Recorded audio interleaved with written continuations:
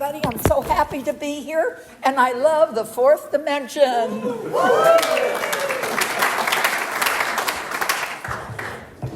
Okay, I'm not going to mess with his microphone, okay? Anyway, I was born in Pittsburgh, Pennsylvania. Go Steelers.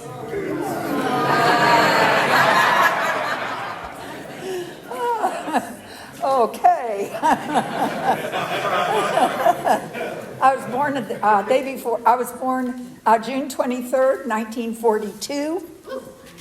That's before a lot of you were born, okay? I'm probably the oldest person in this room. I'm 82 years old.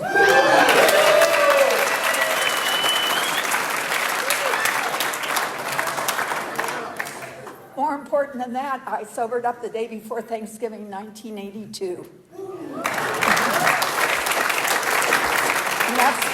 And that's what means the most to me.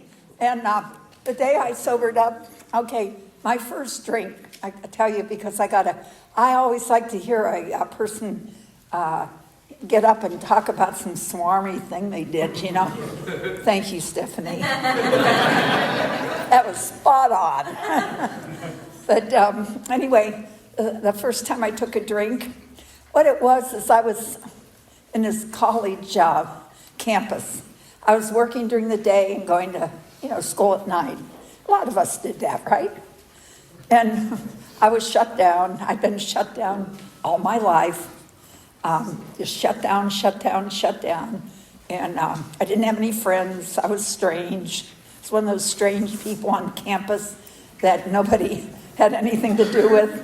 I would walk through the hallway, okay?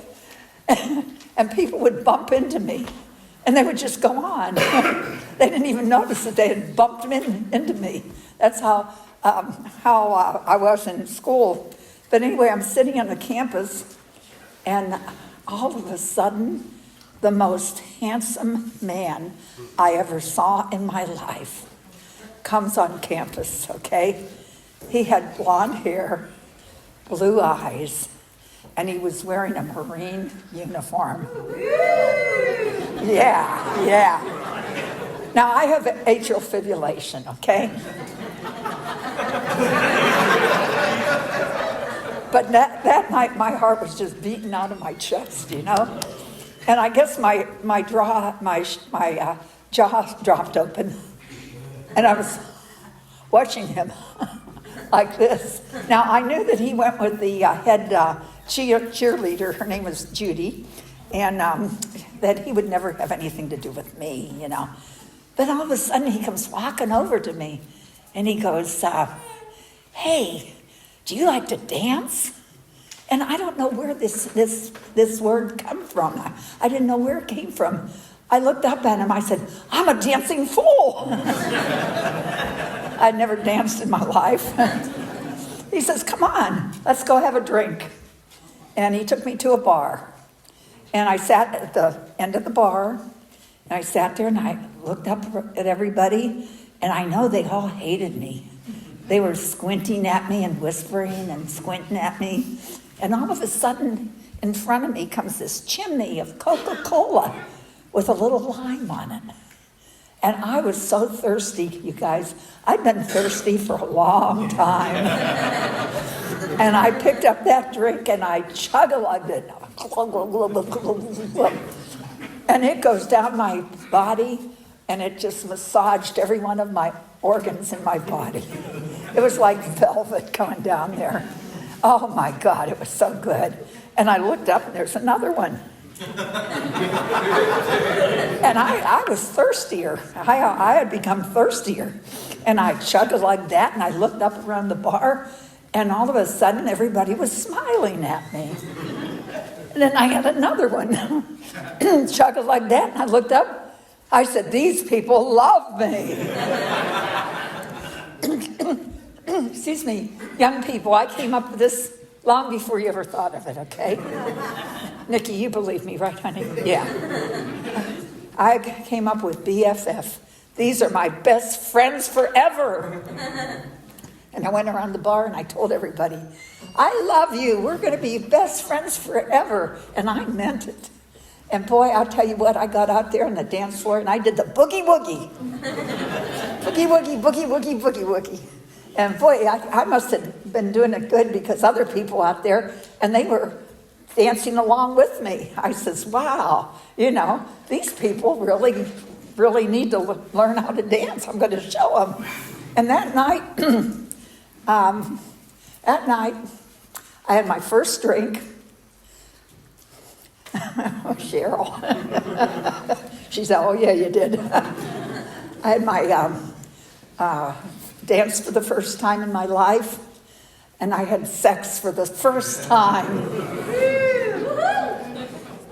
And that night, I got pregnant. I had arrived. And anyway, that Marine, he was a stand-up type of guy. His name was Pete Kelley. And I'm Catholic, okay? Catholic. My whole family is Catholic.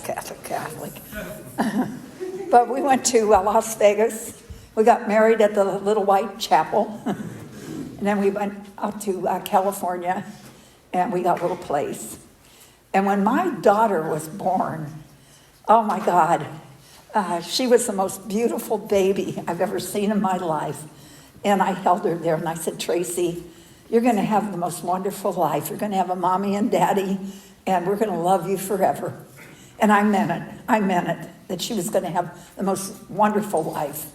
And not knowing how things happen, being Catholic, I don't know how things happen. All of a sudden, I'm pregnant again. Who would have thought?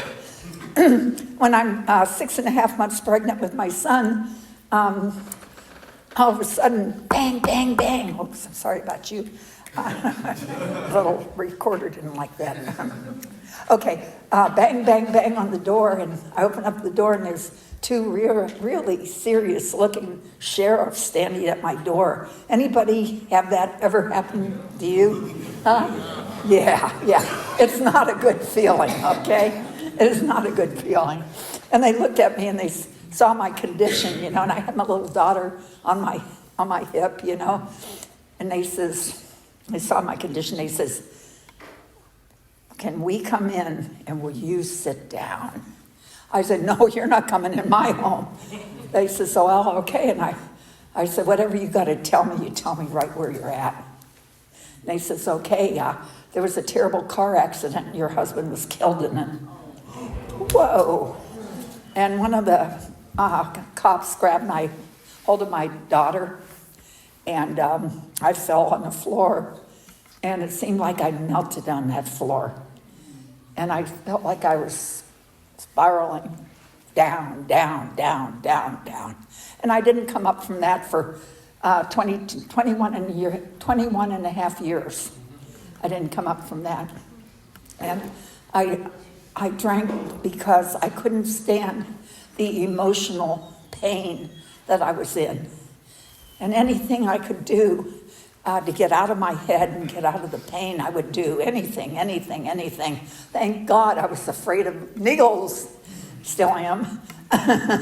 And anyway, I sobered up. I'll tell you how about my last drink too.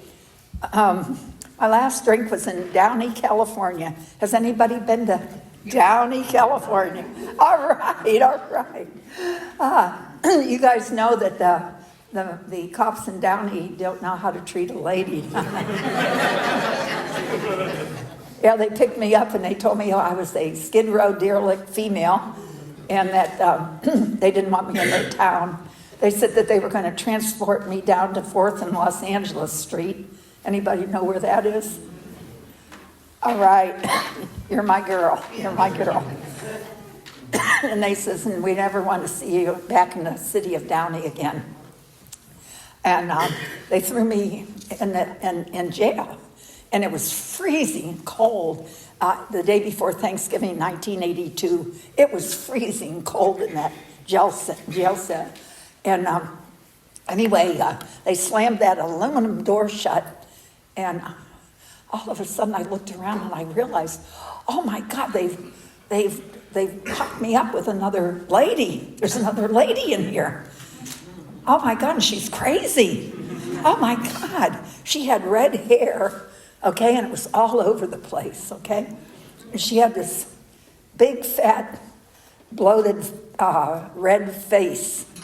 But you know what scared me the most? Was her eyes. She had the craziest eyes I've ever seen in my life. And I was terrified of her. And I started yelling, come and get me, come and get me. You've locked me up with a crazy lady. She's going to hurt me. Come and get me, come and get me. And they never came and got me. And anyway, I had this moment of clarity. And all of a sudden I realized that it was me staring at me in that aluminum door. I couldn't believe what I had become. I couldn't believe it. Oh my God. And I fell on my knees in that jail cell and I begged God. I said, God, I can't make it on this earth. Please take me home. Take me home. I can't make it down here. And then all of a sudden I realized, oh my God, I'm only 40 years old. You know, I'm not going to die yet. Oh my God. So then I said, God, whatever you want me to do, I'll do, but I can't live like this anymore. I need a way out. I don't know if that prayer ever got out of that jail cell or not, okay? But, you know, who's in charge, right? And anyway, the jailer came in. He goes, come on, you're getting out, OR. I don't know what OR meant, you know. But I started to tell him, hey, you don't know your job, you know, I'm supposed to. And all of a sudden this voice in my head said, shut up. So I shut up. And I got out of there. And first place I went was a bar. That's where I know to go, right? A bar. See, I am very comfortable sitting on a bar stool anywhere, especially in a bar. Especially if there's mirrors behind the bar, so I can gaze at the one I love the most in love. You know, as the night went on, I'd get skinnier, better looking, younger, you know, and I just loved it. And so that's what I did. I went to a bar. And can you believe this? I walk in there, and the bartender, who was also the owner of the bar, said, I'm not serving you. I said, what? He says, no, we don't want your kind in this bar. I said, my kind, you know. He says, yeah. He says, we're cooking Thanksgiving dinner for a bunch of our people that come in here, and we don't want your kind in here. And then he looked at me and he says, but before I throw you out in the street, would you like a bowl of soup? And I lied, you know. Oh, I'd love a bowl of soup.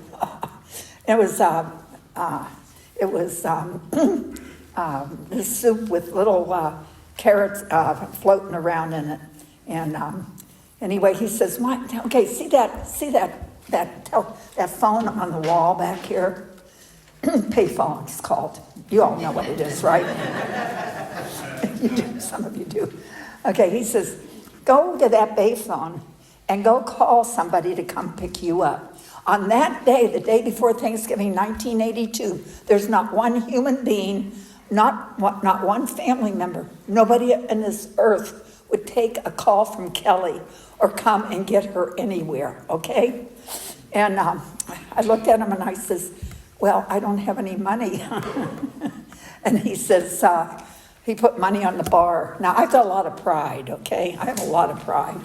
But I picked up that money. And here's my plans, okay? If you want to make God laugh, what do? There you go. Tell him your plans. And so I'm telling God my plans, okay? My plans are to go up to that payphone. Whenever I get up to the payphone, what I'm going to do is I'm going to talk to a 411 operator. And those days they were live, okay? They came on and they were live. And so I'll engage them in conversation. Then I'll come back to the bar and say, oh, I just talked to my friends. They said to give me anything I want to drink. When they get here, they'll pay for it. That was my plan, okay? Here's what really happened. So I turn around, I go to that payphone. Whenever I get there, there's this neon yellow notice right next to it. And it said on it, if you think you have a problem with alcohol, call this number, we can help. I said, I'm going to call these people up and report this bar to them. So thank God that day before Thanksgiving 1982, a lady by the name of Helen was manning the phones. And she picked up the phone. And she asked me this. She says, have you had a drink today yet, Kelley? I said, no, that's why I'm calling you. They won't serve me here. She says, well, you just might be able to make it to your first meeting of Alcoholics Anonymous. I said, what in the world is that? She says, well, she said, what's your address? I gave it to her. She says, oh, there's a meeting that's going to be starting, and it's just 4 blocks away. I said, really? Now, it was 3:20 in the afternoon, okay? Starting shortly was at 7 o'clock. She says, but the thing is, you got to leave right now in order to make it. Oh, she was so wise, so wise. And then she said these words, okay? She said, and they're going to be so happy to see you. Oh, happy to see me? Oh, I'll show up. Yes, I'll go. So happy to see me. And anyway, I showed up at the meeting. I sat by the back door. I figured if anybody comes near me, I'm going to leave, because if you find out who I am, you're not going to want anything to do with me. You're going to not want anything to do with me. So if anybody comes near me, I'm out. And at the end of the meeting, this guy, his name is Steve Cooper. He was a real estate broker. Anyway, he comes over and the president was up in front of the meeting running the whole show. See, I was already being judgmental, okay? I was already starting to be judgmental, okay? It was the president up here running the show. And anyway, he came over to me and he says, welcome to Alcoholics Anonymous. And I said, oh, I don't belong here. I don't belong here. And then the president says, and will our newcomer lead us in the Lord's Prayer of her choice? I look around to see what one of you newcomers look like, And you all looking at me. And Steve Cooper took my hand, he says, honey, that's you. And I said, I don't know how to pray. He says, all you have to do is say our Father and watch what happens. I remember that first time we were all standing in a circle and the electricity came through that our Lord's Prayer. Oh my God, it was so beautiful, so beautiful, so beautiful. I never want to forget that. And anyway, I sobered up at a place called the Snake Pit. And I went downhill from there. My sponsor says, oh, you might have sobered up at the Snake Pit, but you got your recovery in the Pacific group, and don't you forget that. And I go, yes, sir, yes, sir, yes, sir. Anyway, I wasn't an alcoholic, and I would shut down in the meetings, and there's always that one person in a meeting. Have you ever been in a meeting, that one person who talks louder than your head? Yeah, that was Merle. He would speak louder than my head. And every time he'd talk, I go, oh, no, not Merle, not Merle. And anyway, he comes up to me. He says, Kelley, girl, do you know that November is Gratitude Month? I says, no, I don't know that. He goes, yeah, what are you grateful for? I says, Merle, I'm not grateful for anything. I said, my husband got killed in a car accident. He says, Kelley, your husband was the drunk driver. If you would have been in the car with him, you would have been dead too. Now, what are you grateful for? I says, I'm not grateful for anything, Merle. I told you, the state of California took my children away from me forever. I don't even know where they're at. He says, Kelley, girl, the state of California didn't take your kids away when you were out there doing what you were doing and drinking and doing what you did. Every time you took a drink, you were giving up your children. Now, what are you grateful for? I said, Merle, I told you nothing. He says, okay. And he pulls out this yellow pad, okay? Anybody does that to you, run for your life. And some pencils. And he goes, okay, here. And I go, what's that? And he says, okay, let me ask you this, Kelley. I says, okay. He says, do you have syphilis? No, Merle, I don't have syphilis. He says, okay, on that yellow pad, put 1 and circle it and says, I'm grateful I don't have syphilis. There's your first gratitude.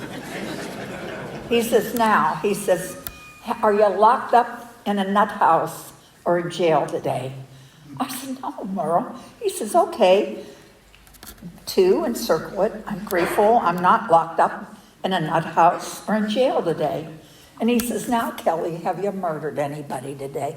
I says, no, but I'm working up to it. I said, I know. 3, I'm grateful that I haven't murdered anybody. He says, now, what I want you to do, I want you to keep those gratitude with you because you never listen whenever you're in a meeting anyway. He says, and I want you to read those as you're sitting in the meeting. He says, because, he says, those will turn your negative subconscious around a little nickel at a time. And one day you'll wake up feeling like $1 million. And you know what? He was right. He was right. And he says, now I want you to put yet after each one of those. Because it's better to be in here by mistake than back out there by mistake again. He said, but if you go back out, these are your yets. If you make it back. So anyway, I decided, well, I'm not really an alcoholic, but they keep telling us to do a 4-step, do a 4-step, do a 4-step, do a 4-step, And he says, and you've got every character defect there is, okay? Especially self-centeredness, and me. And they said, do a 4-step. And they said, you can do a 4-step with anybody you want. Well, I'm Catholic, So I go and I go to church, and I find this young priest. He's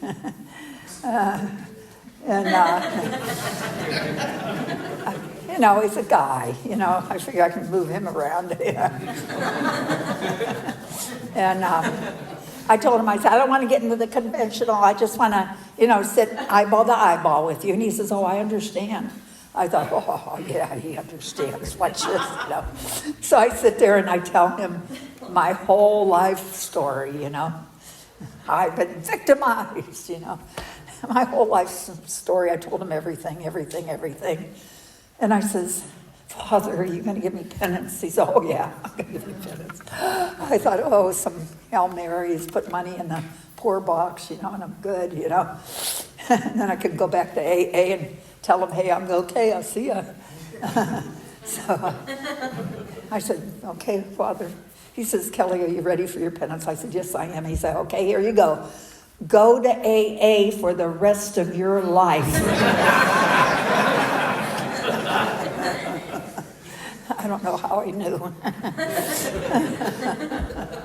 I found out later that his mother was a alcoholic, and she was in AA. And what was her name? God, I forget her name, but real nice lady. I met her. And anyway, so I find out, I'm told that I have these character defects. And the big character defect that I have is pride. Pride. And, my sponsor told me that I was laying in the gutter looking down at other people. He says, you've got so much pride that it's going to kill you. And he says, and you're so self-centered. Now, what I would do, is if I met you and I knew that you liked to be around a person like this, I would become that person. And then I'd talk to somebody else and I'd find what they like to be like that. I was a people pleaser, And I found out later that being a people pleaser, you're being a liar. And the first thing is being honest. So just be who you are. And I said to my sponsor, I says, well, they keep talking about humility. I said, what the heck is humility? I asked him. And he says, humility is just being who you are and not trying to be anybody else. Just be who you are. I didn't know who I was. I had no idea who I was. So anyway, I went to this meeting up in Las Vegas. And there was this speaker up there, real good friend of mine. Her name's Debbie. And anyway, she came up with a new character defect, and I talked to her afterwards, and I says, oh my God, you think I got that? Oh yeah, you have it in spades. And the character defect that she said that I had was being a story stealer. A story stealer, okay? I says, Debbie, what in the world is being a story stealer? She says, well, you know how whenever somebody talks to you about their story or something that's going on with them, she says, what do you usually do? I said, I usually tell them about one of my stories, and I try to make it worse than their story. Yeah, you got it.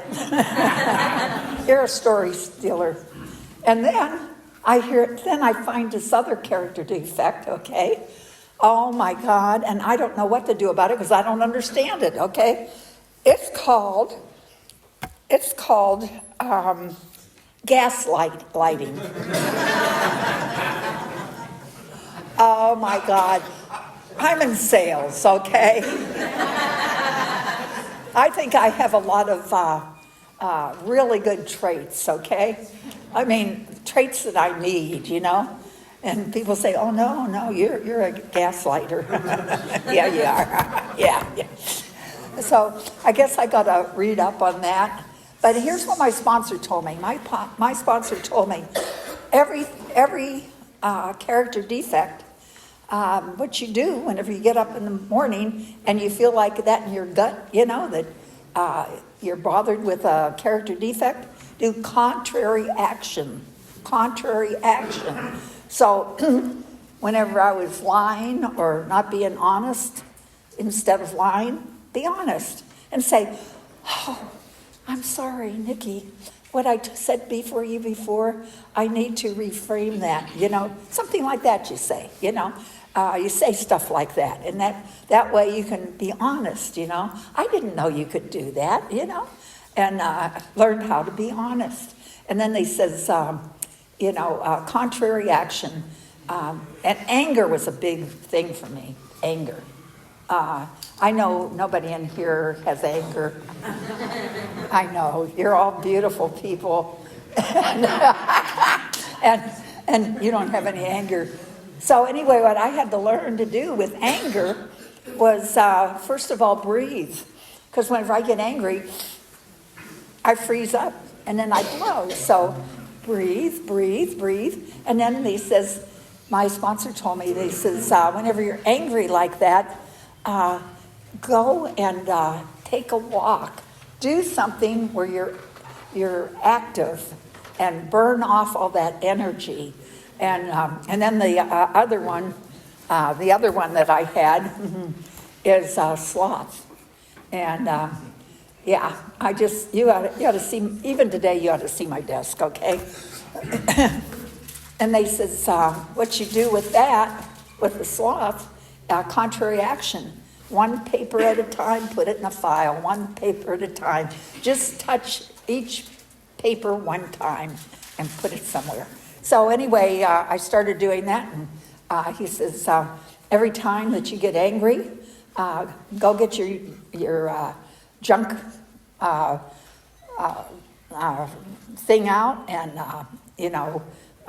throw half of it away and make it real nice and Put your energies into something productive, because you've been destructive all your life, and that is what your big problem is. You've been destructive. You're destructive on yourself, destructive on everybody that you know. So instead of that, see how you can make other people's lives better. See how you can make your day better. See how you can do positive things, do contrary actions. So anyway, I started doing that, and it took me into 10, 11, and 12. And then I got in a really, really, really bad car accident. Really, really bad car accident. And this big car, okay, grabbed my left leg, pulled me under the undercarriage, rolled up my body, crushed my left leg, did a tib fib on the right, pulled my rib cage out of my sternum, crushed my lungs, and in that instance, I knew it was going to run over my head, and that this was the last conscious thought I was going to think. And my whole life went in front of me. Woo, woo, woo, woo, woo, woo. And I realized, I was laying there, I'm realizing, I've had the most fabulous life in Alcoholics Anonymous I've ever had in my life. The most fabulous life. And I was ready to go. And it ran over my head. And anyway, yeah, I died. Okay, let's get that over with. But my sponsor at the time, Chuck Schultz, he used to get up at the podium and he'd say, oh yeah, I went and saw Kelley in the hospital, and she had tire tracks up and down her face. And I said, yeah, but you know what? They were Michelin's. Anyway, whenever they sent me home from the hospital after 6.5 weeks of personal torture, PT, anyway, my phone rings, and it's a little girl from California, and she says, Kelley, we want you to come out and speak at Bud McDonald's 50th anniversary because you put the Foley House together. Foley House was the first house ever in the world for that women could go and take their children with them. Yeah. And hundreds of women have gone through the Foley House. And I'm just so pleased about the Foley House. And anyway, he said, well, we want you to come out and speak at his 50th anniversary, because you put the Foley House together and all this, blah, blah, blah. I said, I can't go anywhere. I'm a gimp. And she took a deep breath. She says, you used to sponsor me. I thought, oh my God, I'm in trouble, All those things I told those women that they had to do. And she says, and you told me that whatever you were asked to do in Alcoholics Anonymous that you would do. So do you have a computer? And that was about, 22 years ago. In those days, they had those big computers, I said, yeah, I got a computer. She says, well, get on the computer and get yourself an e-ticket. And tell them you're a GIP, and whenever you get to the airport, they'll put you in the front of the line, And so anyway, I went online, and after 6.5 weeks, I had a lot of emails. I was going delete, delete, delete, delete, delete, delete. All of a sudden, I stopped cold, and there was a message. It was a message, and it was from somebody with my son's birth name in the email. And I very carefully opened it up, and this is what it said. Did I find you? Is this you? And I emailed him right back. And I said, yes, you found me. And I want you to know that I'm almost 20 years sober in the program of Alcoholics Anonymous. I wanted him to know I was a good woman today, And he emails me right back, and he says, I want you to know I'm almost 9 months sober in the program of Alcoholics Anonymous. Yeah. He had a few slippy poos, but he's 18 years sober now. And anyway, I told him I didn't know where in the world my kids were. I had no idea. And I says, look, I'd really like to, talk to you, but I got to be off the computer for a while because I got to fly out to L.A. and speak at this old-timer's birthday. And he says, well, while you're out in L.A., after you get through speaking, get in your rent-a-car and come on down to the Newport Alano Club. I'll be waiting for you. Oh my goodness, I remember driving down Newport Boulevard, and I come to 32nd, and I see this hyper kid walking on the corner. I said, that's my boy. I knew him. And I pulled my rental car over to the curb, and I leaped out of the car best I could with my walker, and I put my arms around him, and I've never let go. And we went and had soup together, and he said, I really would like a relationship with you. But if you think you're going to have a relationship with me just to get to your daughter, you can forget about it. She loathes you. She loathes you. I said, Tim, I'll take what I can get, okay? So I'm driving on the 405, going back to LAX to come back to Florida, and my cell phone rings. In those days, you could answer your phone. Today, don't try it, okay? But in those days, you can answer. I answered my cell phone, and this young lady says to me, is this Terry? And I knew I was in trouble because nobody calls me that, yeah. I said, yes, it is. He says, well, this is your daughter, Tracy. And before you go back to wherever you came from, we need to talk. So I met her at a restaurant. And for 5.5 hours, we pulled the walls down. My sponsor told me, you go with your hat in your hand and remember it. You got 2 ears and 1 mouth. That means that you listen, because she's been hurt a lot. And she told me that she has this disease called anorexia nervosa, right? Okay, that's how you pronounce it. And she said it was killing her. And she says she couldn't nourish herself because all her life everybody had told her, you're just like your mother. And she says, and I loathe you. And anyway, we talked and we talked and we talked. No, I listened. She talked.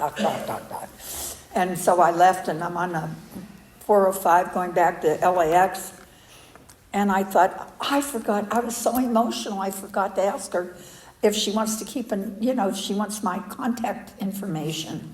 But through modern technology, I had her phone number, in my phone. So I pushed the button, right? And she answers right away. And I said, Tracy, would you like to have my contact information?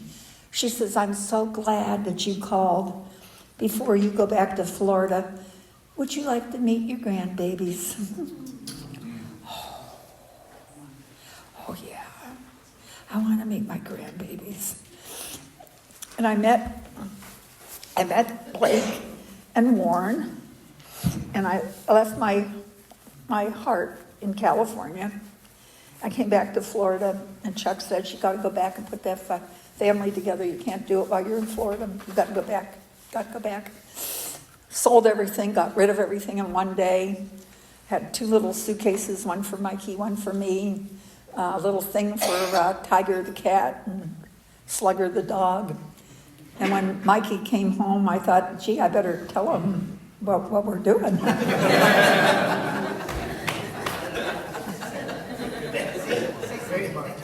Saint Mike. Yeah, everybody I know calls him Saint Mike for reasons I don't know. So anyway, we go back to LA, and we got off the plane, and we didn't have a place to stay. We didn't have a job. We had nothing except 2 suitcases, a dog, and a cat. And we sat down there in LAX, and we did the 3rd and 11th step, and we just turned our lives over to God. And my daughter says, You could never take the place of my mom that raised me. You could never take her place. She was wonderful. But the best we could ever be is friends. Now, I know how to be a friend, okay? You guys taught me how to be a friend. I show up when I say I'm going to show up. I do what I'm supposed to do. I'm as good as my word. I know how to be a friend. And I started being her friend.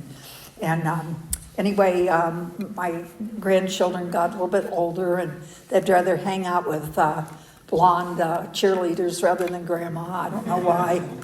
So we moved back to Florida, and anyway, this is what my daughter told me, and I'm going to end with that. I don't know what time. Okay, I'm good. Okay, but I'm going to end with this, okay? She told me that she goes to a church, it's called Saddleback. Thank you, Saddleback. And it's in Orange County, California. And there's this preacher, what do you call him, pastor or something like that runs the place. I forget his name, but anyway, he kind of took her under his wing and says, hey, we have a recovery program here at this church, and we're going to have this weekend, this seminar weekend, and this couple was going to do this weekend. Now, whenever I put the Foley House together, it was suggested that I get a service sponsor.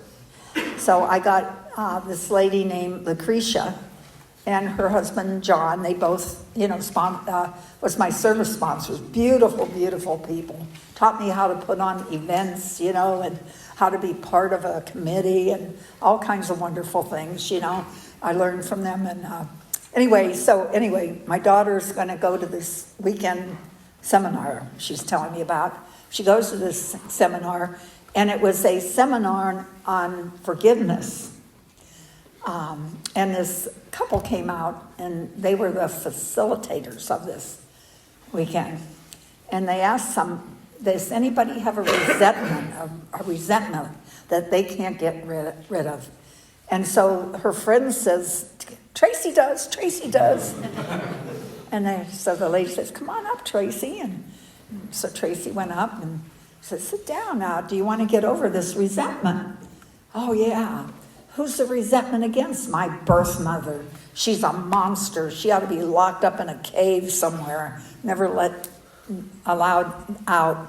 And he says, okay, you never have to talk to your birth mother or have anything to do with her as long as you live. But do you want to get over the resentment? Oh, yes, I got to get over this resentment. She says, okay, here's how we start. What's your birth mother's name? And she looked at the lady and she says, Teresa Kelley.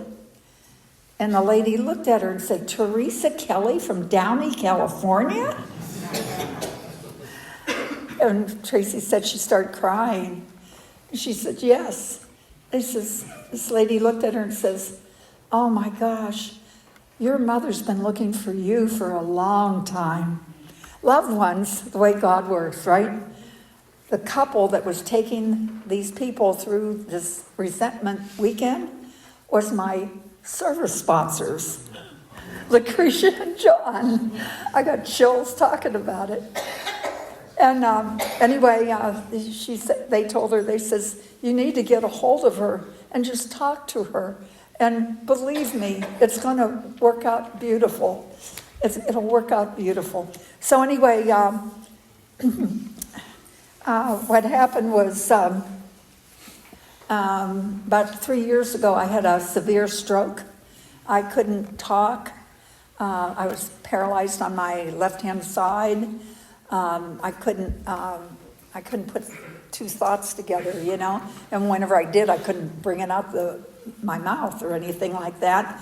But this really beautiful lady, Dr. Carol, she worked with me, one word at a time, and taught me how to talk again. anyway, when I came home from the hospital, I'm sitting in my easy chair and somebody bang, bang, bang on our door. My husband jumps up, open up the door. And this young lady goes, special delivery for Teresa Kelley Brownell. I thought, oh, probably flowers or something. And I got up and I look around, there's my daughter and son standing on my porch. Yeah, they had taken off of work for 2 weeks to come and spend time with me. And we were a family, you guys. We were a family. We played cards together, we played games together, we cooked together, we ate together. We were a family. And anyway, my daughter's about to leave, and go back, and she's standing at the door, and I put my arms around her, and she says this to me. She says, Mom, I love you. And that hole, all of a sudden it fills up. That hole filled up. And I'm grateful for people like you and rooms like this, and God and Alcoholics Anonymous. Thank you so much.